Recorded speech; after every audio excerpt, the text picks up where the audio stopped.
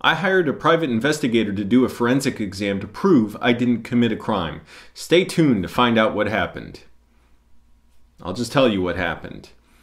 In 2008, I was in a chat room online. Now, I was very depressed.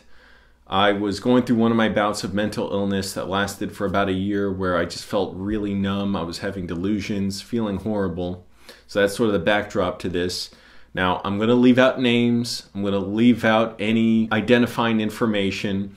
And I'm going to leave out some lurid details that are not my place to talk about. In 2008, about this time, I was on a chat room just randomly talking to some people, and happened to start talking to this woman on there. And then we started talking, just instant messaging. She lived far away. We never ended up meeting, by the way. So this whole thing was taking place long distance on the internet, on the phone. We were talking, you know, we started talking about being together, kind of, and even though I was a fucking wreck, personally, I was a mess. You can see my video about being disabled for 9 months, where I talk a little bit about this period of mental illness. This was not the same 9 months that I talk about in that video, but I do talk about other bouts of mental illness where I was just having a lot of delusions, very depressed, and having a really difficult time. After about 3 weeks or a month, we're still talking, you know, talking about meeting at some point. We were talking while she was at work, and she says all of a sudden, "Hey, I got your message from the police." And I thought, I hope this is a joke. I don't know what she's talking about. Did the police actually come say they had a message from me? And she said the police came and read her an email that I supposedly sent saying I was going to hurt her. Now, I never sent an email. I never did that. I never looked up the police in her city and sent them an email. Nothing like that. So I'm immediately thinking, why did this happen? What's going on? I try and tell her, no, I didn't do this. I don't know. She was really embarrassed by it. She was horrified. A detective and a cop came to my house that night, talked to me, tried to figure out what was going on. I was like, look, I didn't do this. I don't know what's going on, but I didn't do it. They're like, relax, you know, we're not going to charge you, but I think it's just best if you two don't talk to each other. Whatever it is. I said, I didn't do it. I don't know what happened. You got to figure this out. And the detective said, well, the only way we can investigate it is if we charge you with making death threats. Do you want that? I said, well, no, I don't want that. But I wanted an investigation. The police from the city this woman lived in called me, this detective. She was real nasty with me. Not super nasty, like really abusive or anything, but she believed I did this, and that she needed to put her foot down and say, hey, you can't talk to this woman, even though I said, like, look, I just sent her a gift in the mail, like we were getting along. I didn't do this. Now, kind of the worst part of this was the woman that I was involved with, I was talking to, believed I did this, but she still wanted to be with me. So she was very troubled. And me being like, even though I was 22, yeah, and at the time hadn't yet turned 23, I was so naive and inexperienced, and it just, my whole last few years were dealing with mental illness and grief and difficulty that I never had any experience, you know, connecting to other people or relationships or anything. I didn't know, you know, what to do with, I didn't know, you know, what should I do? I thought I have to prove I didn't do this, and prove to her for her peace of mind, and try and show that I had nothing to do with this, and this is some horrible identity theft. It's impersonating someone. A couple days later, the detective from this woman's city called me again, had me look up my IP address and read it back to her. So I did, and it was the IP address in the email. And I said, I don't understand. Those were the words I said. I don't understand. She's like, well, it just looks like you did this, whatever. She said something like that. She was just real, like, not having any of it. The real short of it, again, I'm keeping this story short. This went on for months, this nightmare. still trying to pursue a relationship somehow with this woman, but she would get more and more mad with me regularly, believing I did this, and then being angry with me for not just fessing up to it, which is really difficult to, I mean, how do you be with someone who I'm trying to show her I want to protect her from whatever happened and prove I didn't do this, and yet at the same time it's like I'm not allowed to say anything about it because anything I say seems even more incriminating. So I came up with a plan, even though I was unemployed at the time. I looked up polygraph examiners in the area. I decided to hire one to administer to me a polygraph test because the police wouldn't bother. And I would send the results to this woman. Now again, I was unemployed. The polygraph cost, I think, $400. And I didn't have a credit card or really any savings, so I started selling as many DVDs as I could on Craigslist. Oh, it sucked. I was selling them for like $2, $3. I was willing to sell any of them, all my favorite movies. I remember selling Citizen Kane. I had the really nice DVD edition of that. I was selling DVDs, meeting people nearby, meeting them at my house to sell DVDs. And the polygraph examiner agreed to let me pay $100 up front, and I could pay the rest like at the end of the month or something, the other $300. So I was going to drive there, and my dad's car, which I was going to use to drive, had 2 flat tires that day. I think he hit the curb and popped them. I'm pretty sure that's what happened. So I called a friend. He picked me up. I paid him to drive me there. Took the exam. Polygraph examiner was a really cool guy. He basically just did it set it up, figured out what I need to answer, asked me the questions. I passed it, no doubt, passed it right then. Yeah, I know polygraphs aren't like the most reliable thing because you can beat them even if you're dishonest. But look, I was trying to prove in any way. How else am I supposed to prove I didn't do this thing? So passed the polygraph. I was really happy. Paid my friend even more than I was originally going to because I was so glad about it. Came back, called the woman, and I was glad. I said, hey, I passed the polygraph. Isn't this great? I'm going to send you the results. And she was like, yeah. And I was like, what? You sound sad. And she said she had just lost her job because it turned out somebody had called her office and left a voicemail that had similar words and a similar message as to what was in that email threatening her. And I was, what? And so so many things are going through my head in that moment because I thought, okay, well, that's horrible. First of all, I felt horrible, like somebody lost their job because of something involved with me. Now, I don't know what else was going on because would you really lose a job? At most, yeah, I mean, there are horrible employers out there, but if that was all it was, would you lose your job because of that? Or would your employer be somewhat understanding that, hey, someone's harassing you and screwing with you?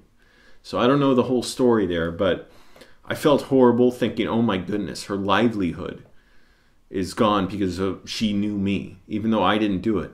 But I was also thinking, wait, if you have the voicemail, at least that piece of evidence is really good because it shows I didn't do it. Whoever's on the voicemail, that's not me. She said it was even a woman who left the voicemail. I'm not figuring out, why aren't you at least grateful to hear it wasn't me? Now, I'll show you why, because I have the voicemail. I'm going to play it for you now, deleting any personal information from there. I'm just calling regarding this young lady. She has met this guy from other town through the internet, and the reason I'm calling is because I thought I would speak with you.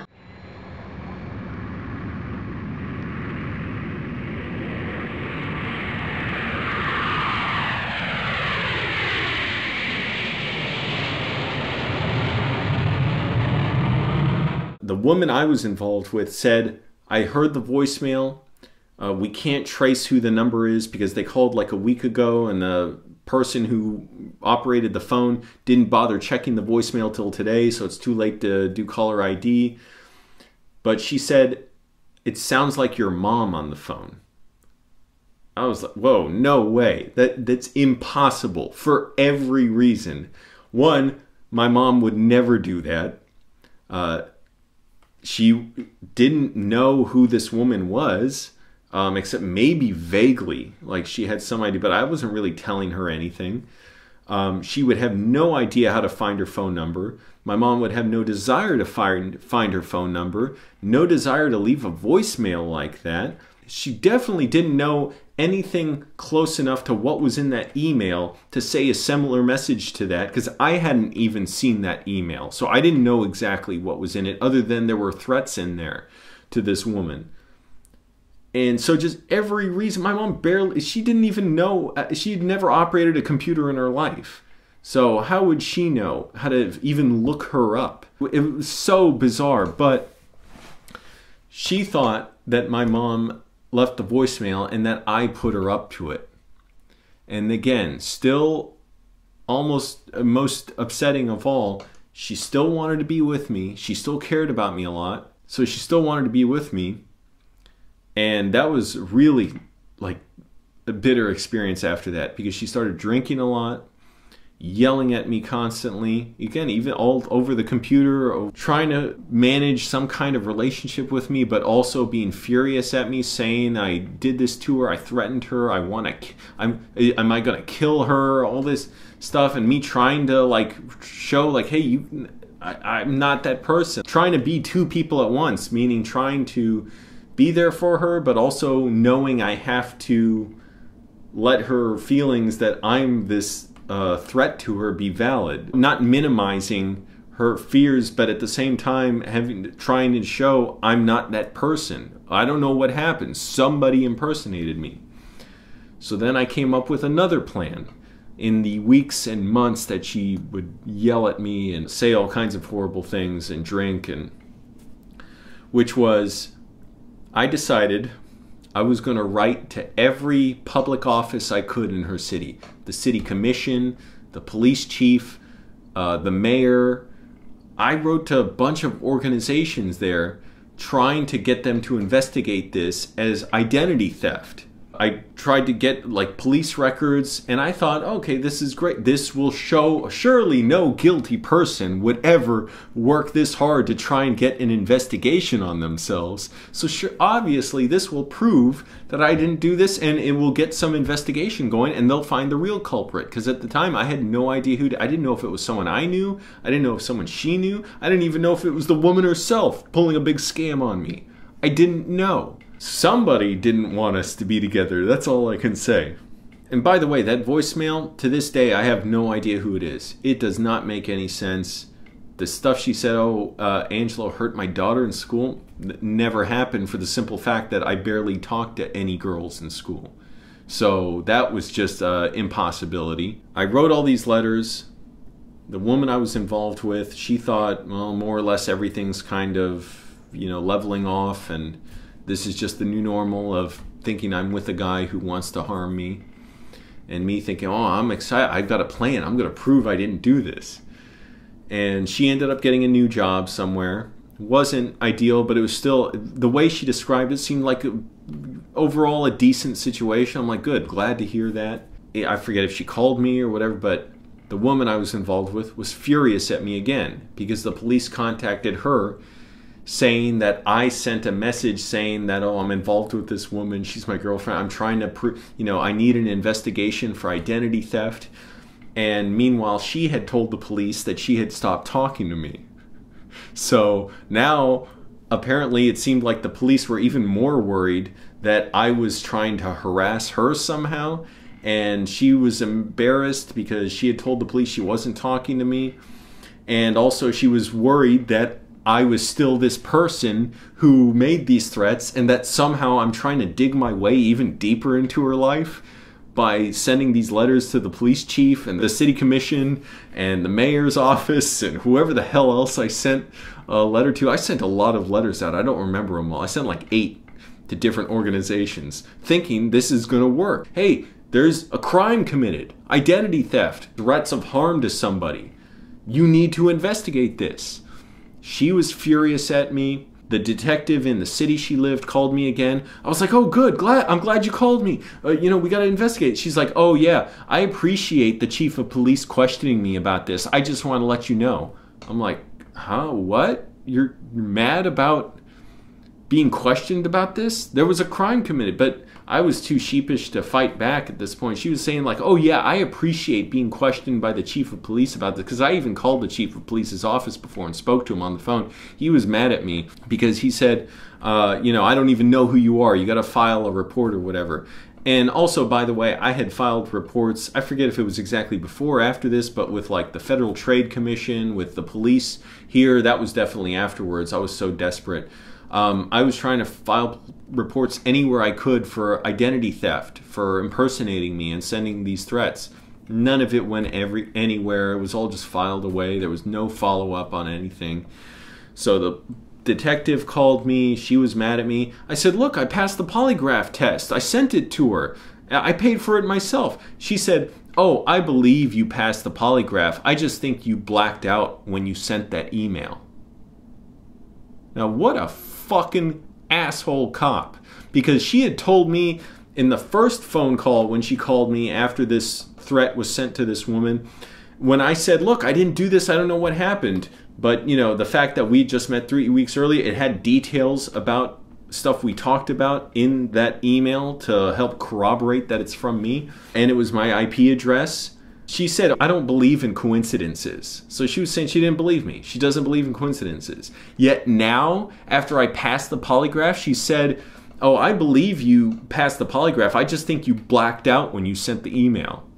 So those are a hell of two things to coincide with each other. I black out, I find this city's police department website, and I managed to message them this very lucid message, because when I sent all these messages out for requests to investigate, the police sent me back a copy of the email, which I'd never seen before, and any like documents, you know, for the case.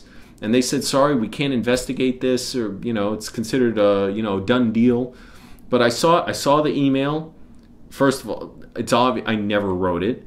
I was shocked and hurt, you know, when I saw the email, because it made it real to me. Because at this point, I still didn't really know what was going on. This is all a big fucking mystery to me. But I saw the email. I was shocked and upset.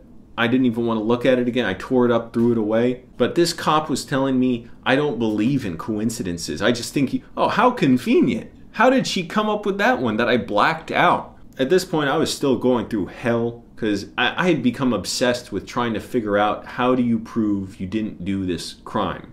How do you prove somebody spoofed my IP address, which they did? How do I prove who did it? Who among anybody? What is this? Some crazy just hacker just listening into conversations between us and just decides to mess with me and mess with her? Like, what could have happened? I had no idea. In addition to that, like a few days after the woman I was involved with got that voicemail at work, she also had fraudulent credit card charges on her account. And so I thought, well, that's a hell of a coincidence. And after all that, I called the detective in this city that I lived in, and because he's the one who came to my house initially, but he was more willing to listen. I said, look, even when the first time I met him, I said, look, I know people lie to you all the time, but I didn't do this. You got to believe me. I don't know what else to say. But I called him, and I said, hey, look, you got to listen to this. You remember you were at my head. Look, I took the polygraph. I passed it. I paid for it. And by the way, I had to borrow money from a friend for that, because I was not coming up with it on my own. But I said, look, not only that, this woman got a voicemail saying similar things that were in the threatening email, but it was from a woman. And I said, not only that, she got the credit card fraud charges like 2 days afterwards. I said, now that's pretty weird, right? Something happened there. He's like, yeah, that's pretty weird. Look, it's not that we don't care, we do, but we just don't have time to investigate everything. So, you know, that's all we can do. And it's like, well, shit, that sucks. And, you know, I just said bye. And now, like, I was getting obsessed with finding out who did this. And I was like, it was becoming a day and night thing, along with searching for jobs.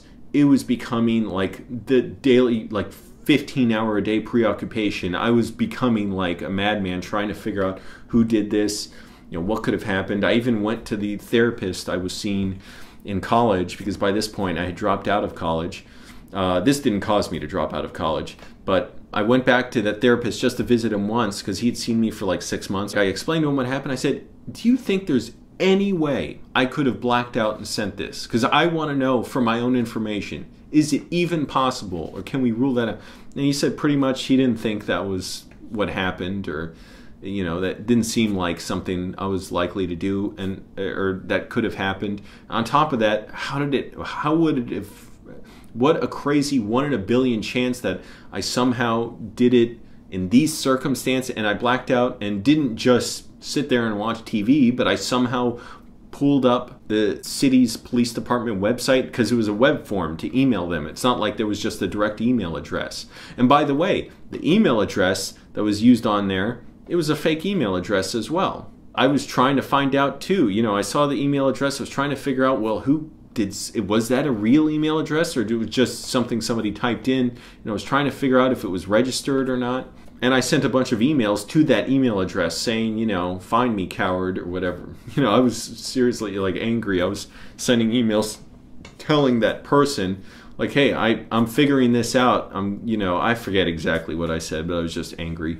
Okay, I'm going to start getting to the end of this, because there is a conclusion to it. I was constantly obsessed. I was actually so obsessed that I went to my old college to try and send out documents by fax to the legal department of the company that the fake email address was registered to say, hey, you need to, reveal who opened this account and where it's located and everything. I'm being framed for a crime, all this stuff. I was literally trying to fax their legal department documents. Like I said, I was obsessed, and still trying to maintain a relationship that was very, very broken and dysfunctional with this woman who was getting drunk a lot and just yelling at me and saying all kinds of horrible things to me, but yet still wanting to be with me and wanting to believe that, I'm a good person too, but I'm also a monster.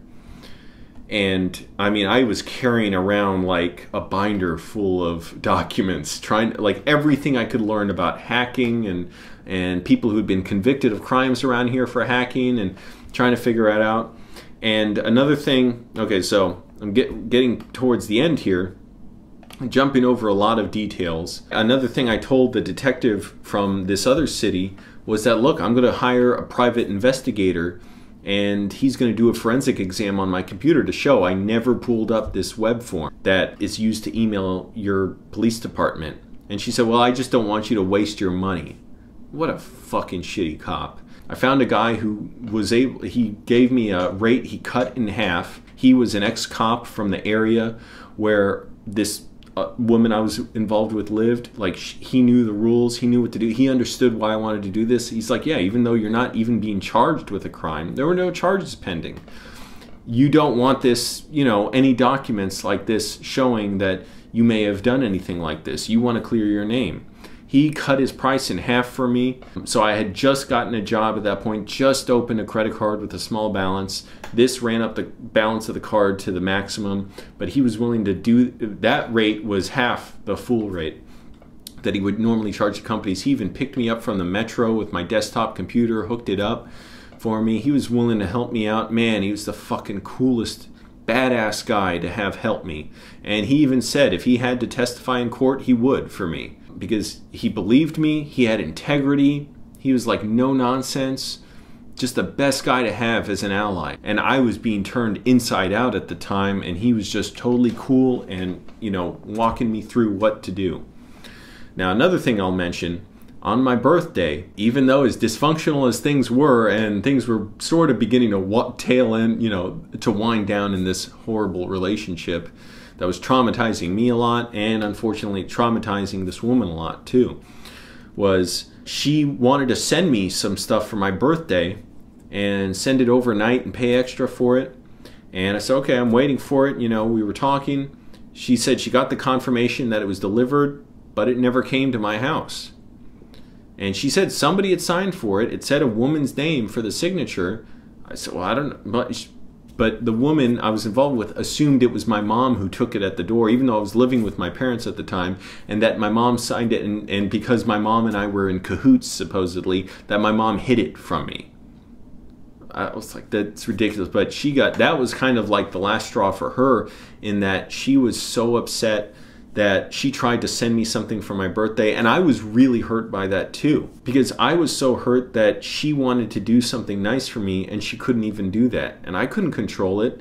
As far as I know, all that happened is it got delivered to the wrong house. She said she was willing to sort of reconcile things if it wasn't for that, but she felt that I was putting my mom up to doing things to keep us apart or something, or harass her, and that my mom didn't want us to be together. My mom didn't care. Now, she knew what was going on, basically, and, you know, she was kind of worried, but that's all she was. And my dad, I told him about it once because he was having surgery to have a stent put in his heart, like a catheter or something, you know, to keep the blood flowing to his heart.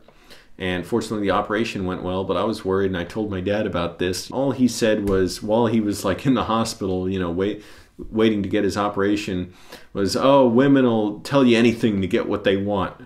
So that's my dad's attitude. Real short of the story, again, this is several months compressed together and leaving out a lot of horrible details, was I hired the private investigator. He did the forensic exam on my computer. He showed conclusively there was no, even if I had reformatted my computer, he said he would still be able to find it.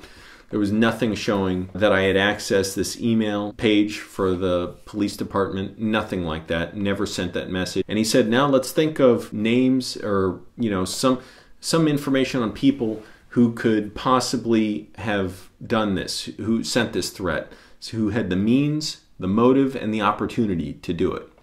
And so I spent the next, whatever, it was a few days, like a madman, again, just frantically researching everything about computer hackers, about people she may have worked with. I figured they may have been jealous of her.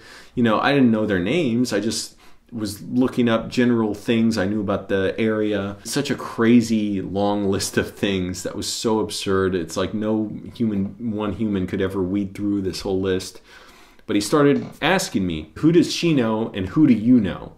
Because that's the first thing to narrow it down. I think I mentioned something like, well, I know definitely her coworkers might know. I don't know if she was instant messaging me while at work. I said also, she lives with her ex-fiance who's still in love with her. And the private investigator went, huh. And I went, oh. I had never thought to suspect him. All this time, all I thought was, I know she lives with her ex-fiance. I know she tells me he's still in love with her, and in his mind, they're still together. But I don't want to be the jealous boyfriend. I'm sure he's a nice guy. It took me saying that. I knew they lived together virtually the entire time this woman and I had been talking. But I never assumed anything about it. Even though when the polygraph results went to her house, she told me her ex-fiance grabbed it in the mail and was really scared about it, and, you know, was questioning her like, what is this? Because he knew it was my name on it. And even though I didn't personally send it to her, I had the polygraph examiner send it, because she didn't even trust me to send it to her. She thought I might fake the document or something. And her ex-fiance was all scared. Even then, you know, I didn't question it. Like, that's a weird reaction, to be scared over it and to be panicked. And the private investigator, again, coolest fucking guy you could ever work with, said, yeah, he was probably scared because he didn't realize you'd go that far to prove your innocence. I said, you know, he's good with computers too. The woman I was involved with, she was telling me that, and that he built her computer and everything and set up their home, whatever, their computer network. And he said, really? Yeah. So, I mean, basically, it kept coming out. And he said, you know, I bet if I could talk to them both, interview them for an hour, I could figure out exactly what happened.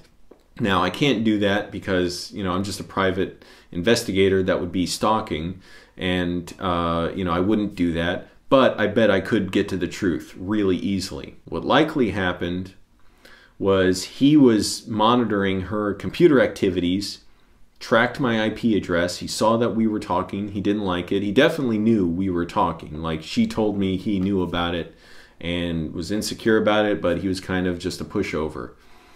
But he must have known she was talking to me before that, monitored her communications, or she might have told him. I don't know, because obviously they were too close for her to be with anybody else. Any guy she was going to be with would have to deal with him. So he must have forged my IP address, came up with just enough convincing details in that email while keeping it vague enough so that the threat wasn't that specific. It just said, I'm afraid I'm going to harm her, so I thought I should tell the authorities. That's what it almost verbatim said. That's a pretty ridiculous thing. If I was actually trying to say something like that, like I'm going to email the police with my master plan, but keep it just vague, and oh, and I blacked out when I did it. So he must have done that.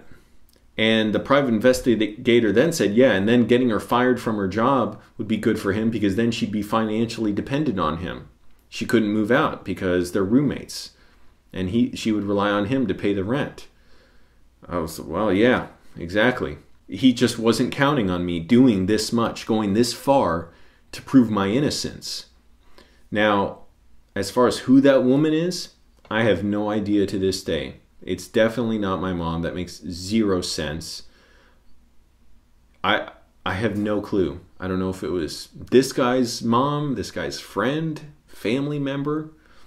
All I know is this guy's a fucking piece of shit. He's a coward. I know who he is. I'm not saying on video. He's a fucking little coward. What a piece of shit to do all that, to fuck with me. And then to fuck with this woman practically even worse because she was suffering horribly through it. And they remained friends after this. So after all this, you know, things were extremely like tenuous, like just hanging on by a thread with this woman. She would barely talk to me. But if I stopped talking to her, then she would call me and email me and demand to know where I was and what I was doing and why I wasn't talking to her. And she made me promise her I wouldn't go to a private investigator and do the forensic exam, and I promised that I wouldn't, so I broke the promise. Eventually, I got so fed up, and here's the other thing. She said she was going to have a business trip, and she was going to be really close by, and that we could see each other. And I was like, oh, I didn't know about that. As lonely and depressed as I was, I didn't really want to deal with her anymore. I told the private investigator that I was like, I got the text message from her while I was in his office. And I was like, oh, shit. And he said, what? And I said, well, I've got this message. She's going to be in the area. He said, you know, you really shouldn't do that. I won't even say exactly what he said, but he said, you really shouldn't do that. Like, I guarantee it's going to be really bad. And I was like, yeah, I know. It would be horrible. So I was determined to make her not visit me at this point. So all I did was, after that, I told her, look, I think I know who did this. She did not want me to say that at all. And I said, you're covering for your ex-fiance. You know, he was behind this and you covered for him this whole time. You did it to me as well. It covered it up to me. I sent her a long, angry email saying, you know, I knew it was him or whatever, how I figured it out, all that stuff. But she said, do I need to remind you of what you did do? You wrote to the police chief, the city commission, when I specifically told you not to. I will never get over this. I'll never forgive you, whatever she said. I don't know. And that was that. Thank goodness. It was over. Now, I was very traumatized by that point, and months going through that pressure. And for a few months afterwards, she still would send me messages once in a while, like kind of vague messages, not always directly to me, but I knew it was coming from her. She would call me from different numbers. And I knew because that was the area code she was calling me from.